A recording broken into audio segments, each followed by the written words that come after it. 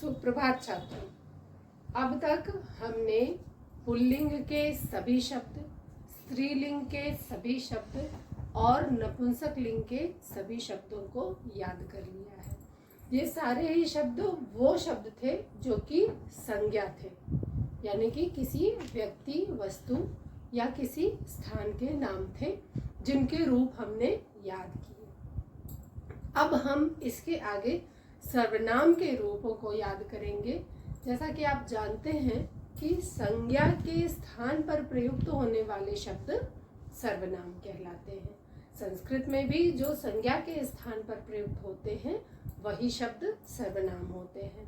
अब उनके रूपों को हम कैसे याद करेंगे, कैसे पहले समझेंगे। पहले मैं उन सारे ही शब्दों को आपको समझाऊंगी, फिर उनके रूपों को हम याद करेंगे।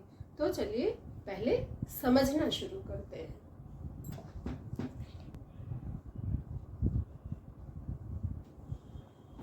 अब यहाँ पर सबसे प्रमुख ऐसे शब्द जो संस्कृत में सर्वनाम में प्रयुक्त होते हैं वो शब्द, और उन शब्दों की मैं आपको सूची बताती हूँ। जैसा कि हम जानते हैं बच्चों, हिंदी में पुरुषवाचक सर्वनाम होता है।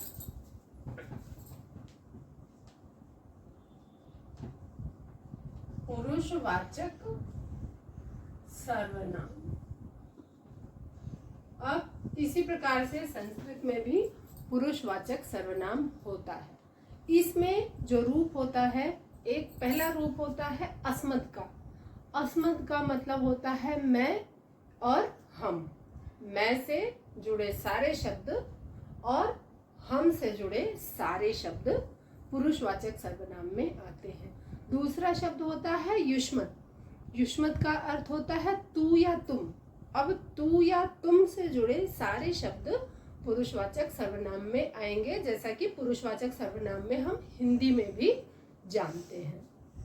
अब छात्रों, दूसरा रूप जो होता है वो हम जैसा हिंदी में भी जानते हैं कि निश्चयवाचक सर्वनाम होता है, और निश्चयवाचक सर्वनाम का पहला शब्द जो होता है वो होता है तद। अब यहाँ पे तद का जो उपयोग होता है वो दूर की वस्तुओं के लिए होता है।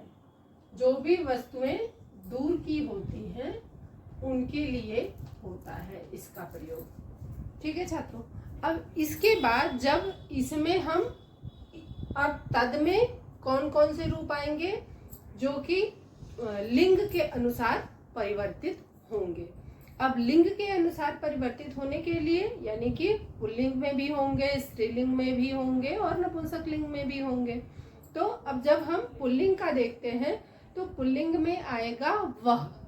जैसा कि हम इंग्लिश में भी जानते हैं, हिंदी में भी जानते हैं कि वह, दैट दूर की वस्तुओं के लिए होता है और दिस पास की वस्तु के लिए होता है।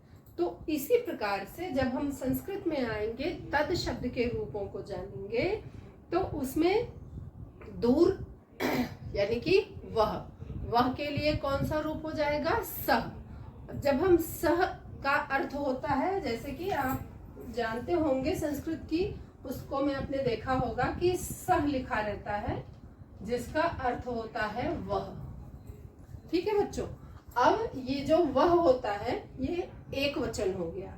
जैसे मैं आपको वचन भी बना के बता देती हूँ। आप देखेंगे कि सह शब्द का अर्थ होता है वह। अब ये वचन के अनुसार बनेगा। कैसे वचन के अनुसार? इसके तीनों वचनों के रूप होते हैं। कैसे होंगे तीनों वचनों के रूप? मान लीजिए कि मैं बना दे रही हूं वचन। एक वचन हो गया, द्विवचन हो गया और बहुवचन हो गया। अब यहाँ पे सह का एक वचन का रूप होता है सह, द्विवचन का होता है तौ, और बहुवचन का रूप होता है ते। ठीक है छात्रों। अब जब हम इसके स्त्रीलिंग में आते हैं तो कौन कौन से रूप हो जाते हैं? तब यही रूप परिवर्तित हो करके सा, ते, ते और ताह बन जाते हैं स्त्रीलिंग में। यानी कि निश्चयवाचक सर्वनाम के जितने भी शब्द रूप होते हैं वो लिंग और वचन के अनुसार परिवर्तित होते रहते हैं। अब जब ये स्त्रीलिंग में आते हैं तो ये सा बन जाते हैं।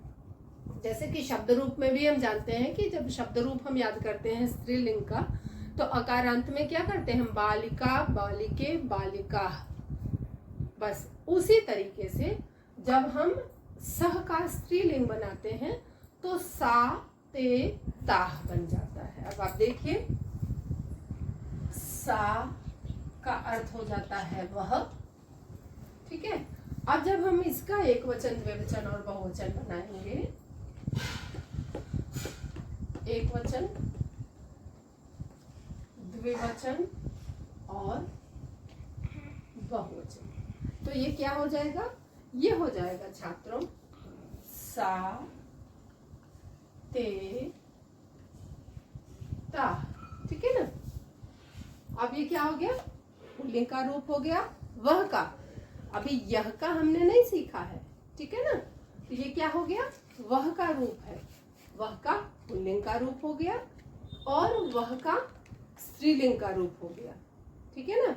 अब इसके बाद आता है नपुंसक लिंग का रूप। हाँ, यहाँ पे एक चीज और आप जानिए कि ये जो है सह तौ ते, ये क्या है, ये सिर्फ और सिर्फ प्रथम पुरुष का रूप है। अभी मध्यम पुरुष और उत्तम पुरुष के रूप बचे हुए हैं।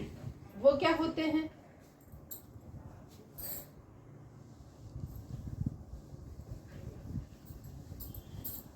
उस रूप को मैं आपको आगे बताऊंगी। अब हम पहले नपुंसक लिंग का भी रूप देख लेते हैं कि सह अर्थात वह के साथ नपुंसक लिंग का रूप क्या होता है। अब बच्चों, पुल्लिंग और स्त्रीलिंग हो गया। जब हम नपुंसक लिंग में आते हैं तो नपुंसक लिंग में वह के लिए शब्द होता है तत्। तत् मतलब वह नपुंसक लिंग, ठीक है बच्चों। अब जब हम इसका रूप बनाते हैं तो इसके रूप में एक वचन में क्या है, अच्छा, द्विवचन में क्या है और बहुवचन में क्या है, ठीक है। तो अब इसके एक वचन में तत्, द्विवचन में ते और बहुवचन में तान, ठीक है ना बच्चों।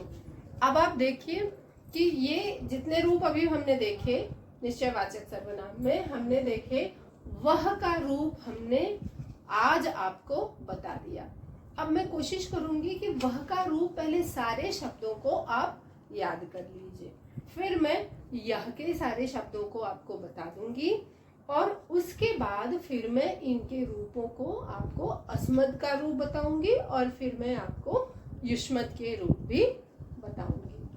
तो आशा करती हूँ बच्चों पहले आप इसको समझ लीजिए, इस वीडियो में जितनी बातें आपको बताई गई उन्हें समझ लीजिए, फिर उसके बाद मैं आगे आपको फिर से बताऊंगी। तो ठीक है, अब आप इसको सुनिए, समझिए और याद करिए और मुझे कमेंट में बताइए कि आपको ये कितना समझ में आया। धन्यवाद बच्चों।